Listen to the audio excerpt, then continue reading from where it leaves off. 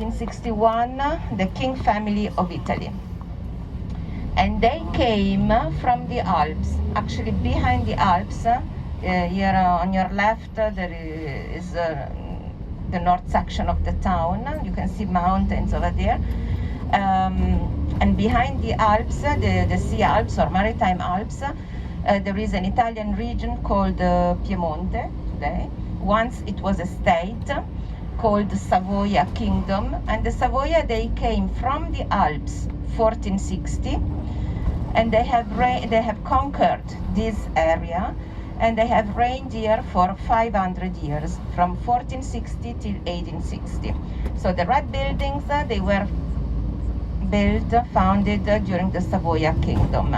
And Nice for them was as important as Turin, that was the main town of the Savoia Kingdom behind the Alps, because it represented an open door in front of the Mediterranean Sea. So very strategic, still today. And this region here was called Liguria. Liguria is the name of the Italian region that you will see from Monaco. We will see Liguria. And they will repeat many times the word Liguria today because we are on the borders. You know that on the borders, they can change during the centuries because of wars or for historical reasons. And this area became French 1860. So this is a very important date for this area. Or if you look on your right, you have the view of the Bay of Angels. You can see the little port of Nice. And then you see the little hill parallel to us on the right with plenty of pine trees, where there settled down the Greeks in the 5th centuries before Christ. And they founded the town of Nice. They baptized it Nicaea, like the Greek goddess of victory, Nike. So it has got very old origins. Then the Romans arrived 2 centuries after the Greeks, and they settled down in the north section of the town. Romans and Greeks, they liked each other, and in especially the Romans, who were quite violent. So they liked the Greek culture and the Greek architecture. So then the Romans, they used to copy the Greek temples. We have Roman temples, plenty of Roman temples, but copies of the Greek temples. So they respected them because of that. And they lived together in peace, they married together, and they used to deal with population from north of Africa, so that Nice was a big and a rich town already in the past, till the 7th centuries after Christ, when then the Saracens attacks started. Pirates attacks started, and for 700 years, from the 7th to the 14th centuries, we had the regular pirates attacks, so that the local inhabitants, the Ligurians living here, they were living of fishing, and they were obliged to move in the countryside for 700 years because it was too dangerous for them to live close to the sea because of the pirates' attacks. They came back to the sea in the second half of the 14th centuries because the Sea Republic, the Maritime Republic of Genova is more or less 2 hours far away from here by car, in Liguria, the main town of Liguria, on the Italian side, on the Italian Riviera. So it was a state once, and all this area belonged to Genova. So then Genova was so powerful and had the control of the Mediterranean Sea, so that also for the pirates it became too difficult to reach the area, and the area became safer, so that the fishermen, they came back close to the sea, and they restarted to build little towns like Villefranche, which is the next little town that we are going to see now. And this is also the area where we are going to bring you back at the end of the excursion. We don't bring you back in Nice, but in this port here. Well, there is no port, there is a beautiful bay. We don't have ports here in this area, just for yachts, but not for big cruise liners. The big port is in Marseille or in Savona and Genova on the Italian side.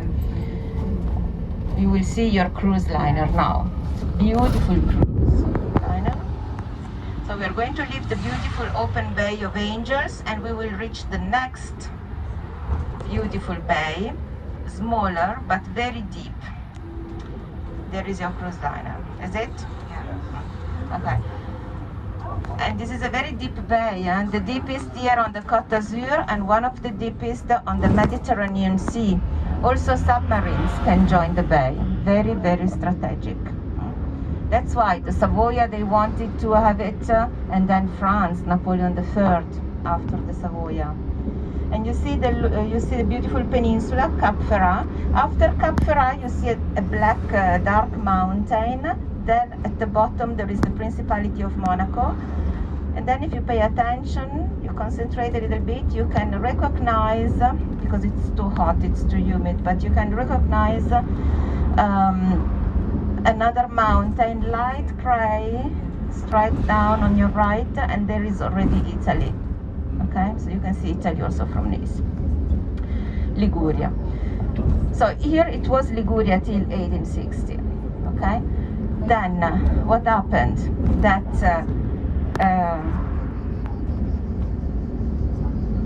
the sea became safe thanks to the Sea Republic of Genova. But for the first time, the enemies arrived from the Alps, and they were the Savoia. The Savoia. They came from the Alps, they conquered this piece of land from Nice in direction of Menton, where there is the new border today between France and Italy, Menton Ventimiglia, and they annexed it to the Savoia kingdom. And the Savoia, they have rebuilt the town of Nice, destroyed it by the Saracens, by the pirates. So, special enemies, because they have invested money. But actually, well, here it was a very wild area. There were no roads. You know, roads are very important for communications. And here we have been isolated for many, many, many centuries because of the Alps in the north section.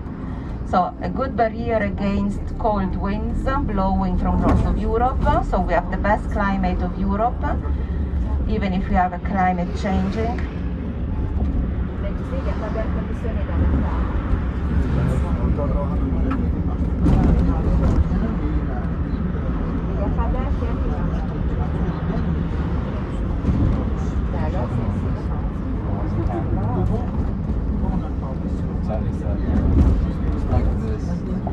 May I ask you if the air conditioning is working at the back side now?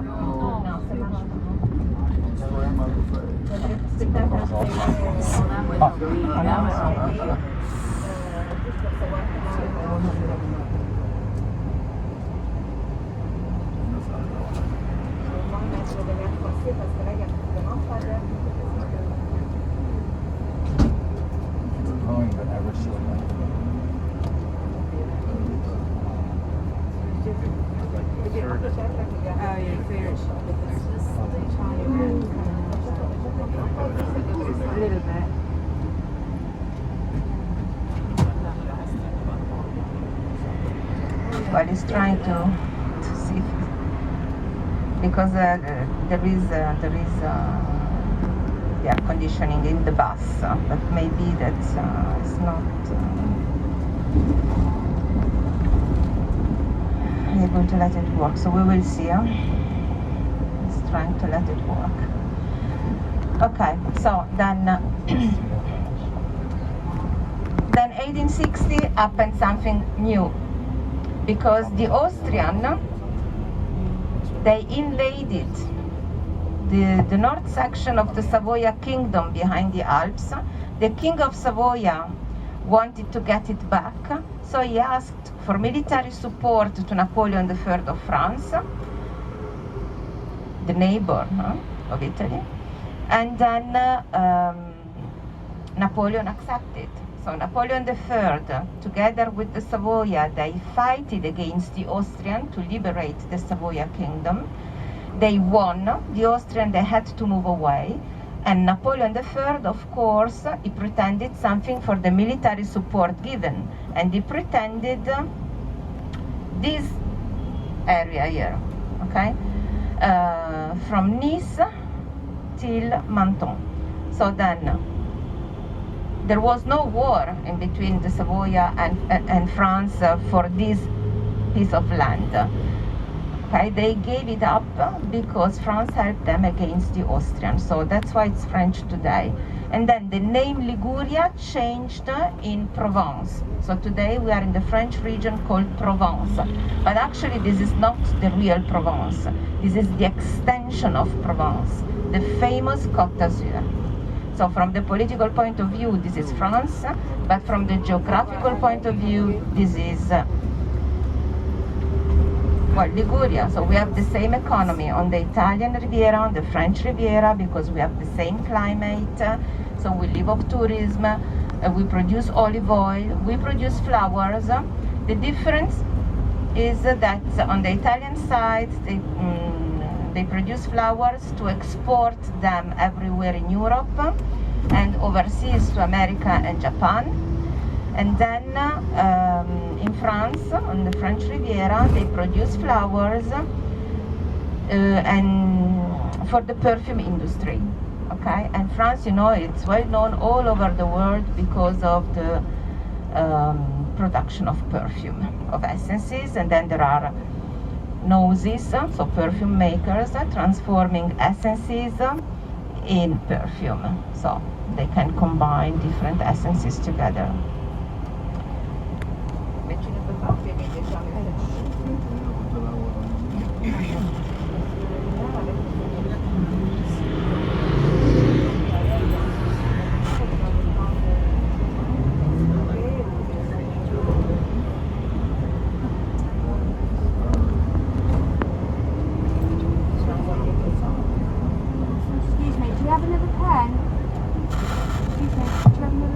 It doesn't write anymore? No.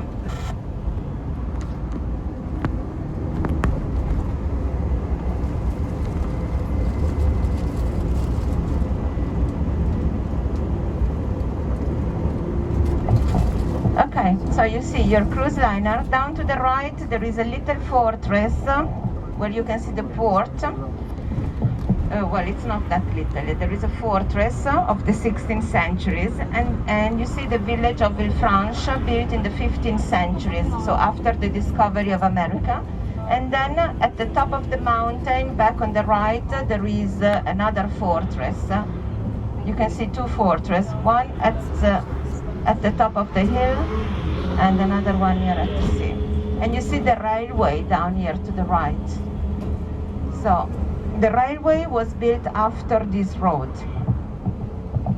and this is important because everything happened, so 1860 and the years after 1860, a very lucky period called the Belle Époque, the beautiful era, la Belle Époque, because then electricity arrived, the railway down here, then this road was built, which is still today a very important one. You have to imagine that this is a strip of land hanging on the Prealps, so it's a very sensitive area. We have a very beautiful vegetation, almost a subtropical vegetation. You see we have oleanders, we have cactus, fat plants, pine trees, cypress trees, eucalyptus, palm trees, different sort of palm trees. So it means that, well, the vegetation is already the proof that the climate is very mild during the 4 seasons. So now we have left the Bay of Villefranche and we are here at the Bay of Beaulieu.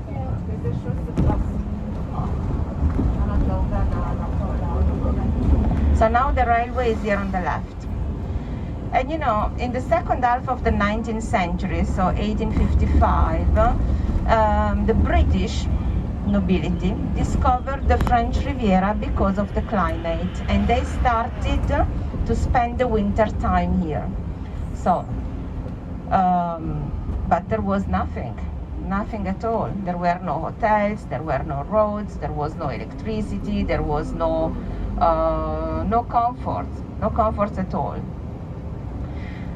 There were no promenade. In Nice there is a beautiful promenade all along the Bay of Angels called La Promenade des Anglais, the English promenade, dedicated to the British because the British nobility financed the construction of the promenade, giving lots of work to the local inhabitants. So that's why they were very, very loved, very loved tourists, and also very generous tourists. So giving lots of work to the local inhabitants, and changing slowly also the economy.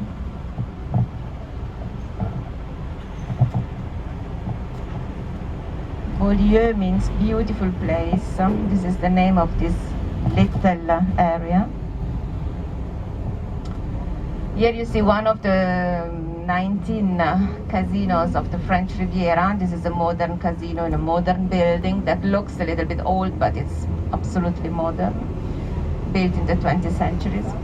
The beautiful old building is the one in front of us, the round building, considered a state monument in France, called La Rotonde, because it's round. It has got, this is like a circle. The casino at the beginning was there inside, but too small for all the nobility. Too many wanted to gamble the casino, so too small. And then later, with the time, they have built the modern building, and they have moved the casino in that building. So they use La Rotonde for important events or expositions, for example. So this is still used, the building, but this is not the casino of Beaulieu anymore. And then you can see a little church here on your left, 1909. In front of the church there is this beautiful hotel, La Réserve de Beaulieu. They have a gorgeous view on the sea. If you look on the right there, at the beginning it was 1880, it was just a restaurant, the restaurant of the kings, le Restaurant des Rois, it was called, because then the British were the first discovering the area. With the British arrived the Russian aristocracy, and then with the time all the European nobility, so kings and queens, the Queen Victoria from Great Britain, Albert I from Belgium, Leopold II from Belgium, Prince Albert I from Monaco. So it was a meeting, it became a meeting point. And then you have to think that there was no asphalt. Asphalt has been invented later, much later, in the beginning of the 20th century. So then, remember this little villa here on your left? This villa belongs to Mr. Del Vecchio. Do you know Mr. Del Vecchio from Venice? He is, or he was, because he died a few days ago, the owner of Lux Optica. Lux Optica produces sunglasses, Persol, Ray-Bans. So he died a few days ago. He was over 80.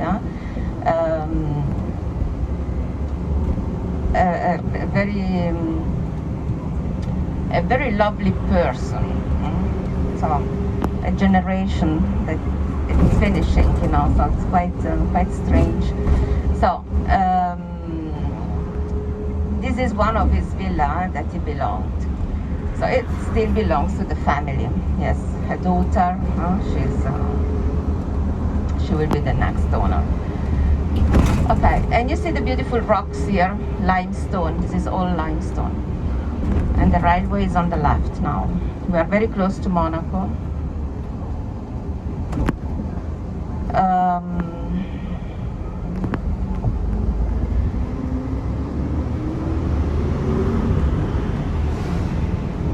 Well, I told you that the British discovered Nice, the French Riviera, but there were no roads. And Napoleon III got this area here from the Savoy. So he wanted to improve tourism because there were the richest of Europe spending the winter time in Nice. So he wanted to develop the area. So he needed roads. There was a road, but it was built by the Romans. It was at the very top of the mountain because it is at the very top of the mountains because of the pirates' attacks. And so Napoleon let build this little road here, not asphalted, so with carriages and horses. So it wasn't an easy life. And then in Monaco there was nothing at all. Just have a look. There is a bridge in front of us on top there, and then on the right of the bridge there is a little village perched at the top of the mountain called Ez village. Can you imagine? So the local inhabitants, the fishermen, when they came back from the sea, they had to put the fish on their shoulders in nets, and then they had to climb up the mountain till the top. So, and this till the end of the World War II, because the sense to live perched at the top of the mountains or as far away as possible from the sea was to live safer because of the pirates' attacks. So then the Moyenne Corniche, which is in between the lower Corniche and the Grand Corniche, there is a new road built after the World War II, and also the little bridge was built after the World War II. So then till then, the local inhabitants, they had to walk up and down the hill to come to the sea, to go back home. And the village is up there to the top because they had the control of the sea. They could realize early enough where the enemies were, and they had the time to organize a defense or to hide in the forest. And up there is a natural source of water, of drinkable water. So that's why they could live quite easy, let's say, up to the top and safe. Well, today it's very easy to reach Ez village thanks to the middle Corniche and thanks to the little bridge. And on the way back to Villefranche, we are going to drive up there close to the village and on the little bridge that you have seen before. So in Monaco there was nothing. The Prince of Monaco, the Prince's family, the Grimaldi is the name of the Prince's family. The Grimaldi family lived at the court of France, at the court of Napoleon III in Versailles. They didn't live in Monaco. They just came down here to collect money from the local inhabitants, from the Monégasque. And the Monégasque, they didn't like the family at all because they were very poor. They were living of fishing, of hunting.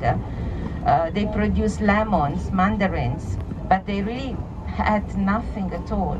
So, and these people, they came down here just to collect money. So they wanted to kill him. They wanted to kill the prince, Carlo III, at the time, in the second half of the 19th century. And then they were waiting one day at the train station of Nice, because in Monaco there was no railway, nothing. And they wanted to kill him. So when they realized how dangerous the situation was down here, then they understood that they had to find a solution. And the mom of the Prince Carlo III, she had a clever idea. There was a grand casino in Europe, it was in Germany, in Bad Homburg, and the international nobility knew that grand casino, a beautiful one, and they all went there gambling and spending plenty of money. And she said, here there is the sea, we have the best climate of Europe, we have the richest, spending the winter time in Nice. Napoleon III could build, he was thinking to let develop the tourism, so the idea to let build this road to reach Monaco, and in Monaco they let build a grand casino. So they went to Germany, to Bad Homburg, they asked to the director, a French, François Blanc, to the director of the casino in Germany, if it could work a casino here. Francois Blanc came from Germany down here, and when he saw the area very wild but beautiful and with this wonderful climate, he said of course it can work because the richest are already here. We just have to give them the opportunity to reach the principality. So they let build the Grand Casino, and the best architects worked at this important project. Toutset, Garnier, and many others. Garnier, he projected the Opera House in Paris, and he projected the Opera House also in Monte Carlo, which is in the casino building, inside the casino building. So, we don't have many monuments in the area because it was too difficult to reach and people were too poor to pay for important artists. But the Casino of Monte Carlo is considered a monument, okay? So that's why we can also visit it in the morning as a museum and not as a casino, for example. And in the afternoon, well, if you go there you can gamble. But in the morning you can't gamble, but you can visit and admire this wonderful building because it's not a common casino, okay? Crystal chandeliers, marble columns, frescoes, paintings, so it's something unique. Well, they let build the casino, and it was just a casino surrounded by pine trees, no drinkable water, no roads, nothing. So then they had to create everything. Electricity arrived at the same time. The Casino of Monte Carlo, together with the Hotel de Paris, built at the beginning of the 20th century to welcome all the international nobility, were the two buildings in Europe that for first had electricity. So a very lucky period. That's why called the beautiful era, La Belle Époque, that began in that period and ended with the beginning of the World War I. So this was the Belle Époque. And then because ladies, they weren't allowed to go inside the casino, even not for watching, they let build also the Café de Paris, where you can have the most expensive coffee of your life, if you like. Remember, because a drink there costs 43 euros per person, just to remember. Monaco is a special place. It's a little financial paradise. Well, Monte Carlo didn't exist. They create this district. And remember that Monte Carlo is the most famous district in the world, so that people, they call the principality, the state of Monaco, they call it Monte Carlo, but it's wrong. I'm sorry for that. We will try to find a solution. Then, we are, in 20 minutes we will get off the bus. Well,